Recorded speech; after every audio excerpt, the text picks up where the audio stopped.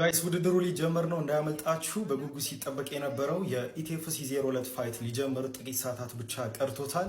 ፋይቱን በቀጥታ ለማየት የፋይቱን ሰዓትና ለሁላችሁም ፋይቱን በቀላሉ በጥራት ማየት የምትችሉበትን የተለያዩ አማራጮችን በዚህ ቪዲዮ ይዤላችሁ መጥቻለሁ። ላይክ እና ፎሎ እያደረጋችሁ ጠብቁኝ።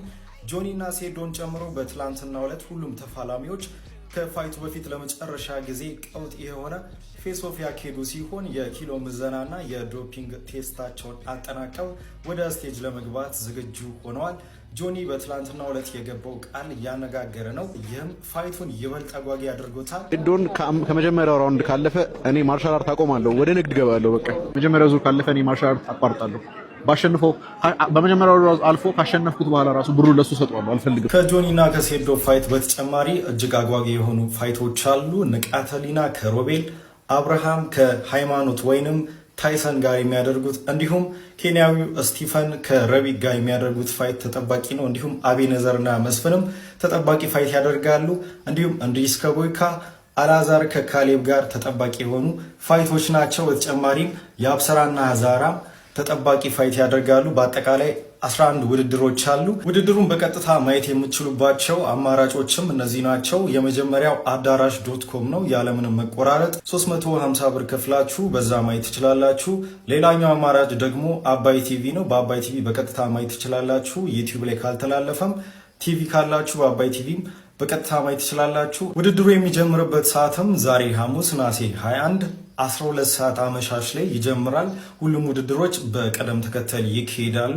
ላይክ እና ፎሎ በማድረግ አዳዲስ መረጃዎችን ተከታተሉ። ይመቻችሁ። ሴዶ ከጆኒ ጋር የሚያደርጉትን የፋይት ውድድር በስልካችሁ ላይቭ ቀጥታ ለመመልከት ከፈለጋችሁ አንድ ገራሚ የሆነ አፕሊኬሽን አመጣውላችሁ። ይሄንንም ገራሚ አፕሊኬሽን ያዘጋጀላችሁ አዳራሽ.com ይባላል። ይሄንን አፕሊኬሽን ፕሌይ ስቶር ላይ አታገኙትም። እንዴት አድርጋችሁ እንደምታወርዱ ከማሳየቴ በፊት ይሄን ቪዲዮ 5 ጊዜ ኮፒ ሊንክ እና የማን ደጋፊ እንደሆናችሁ ኮሜንት ላይ ጻፉልኝ።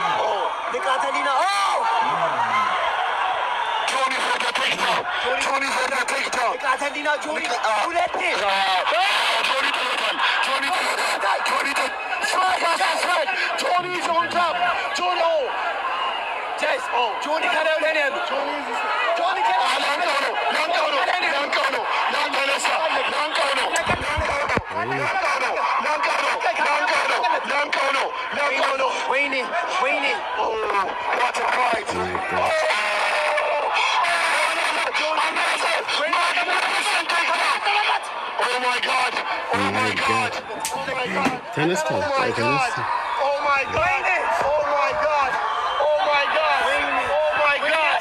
Oh, Johnny with the elbow. No. He's about to choke him. It's about to choke him. He's about to choke him. He choked him. He choked him. He choked him. He choked him. He choked him.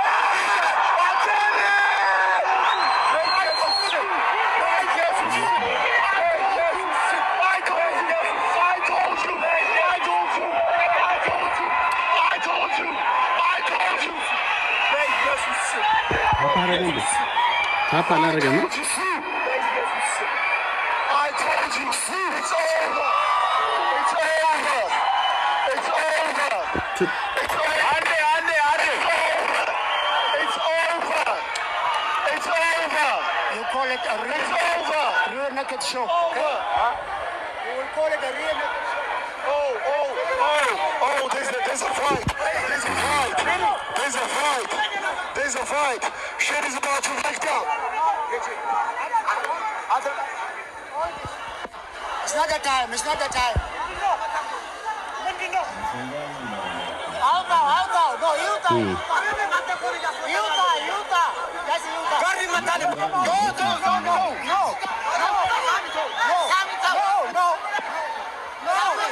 No, please.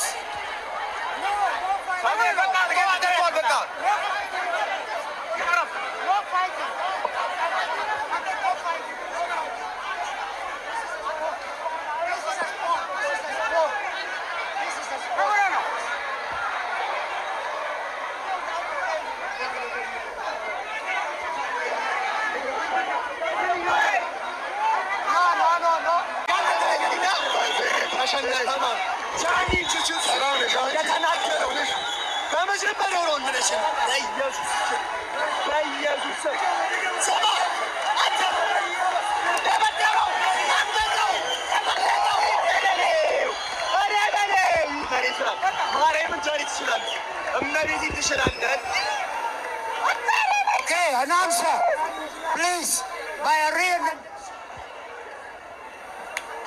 Ladies and gentlemen. ጆጆ ምትሉ ሰዎች ተው። በመጀመሪያ ዙር ነው የሚዘረረው። በመጀመሪያ ዙር ነው የሚዘረረው።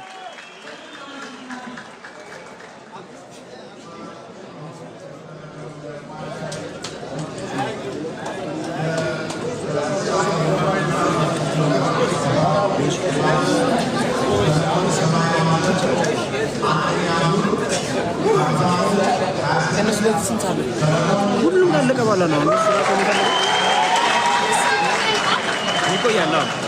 ይቆያል።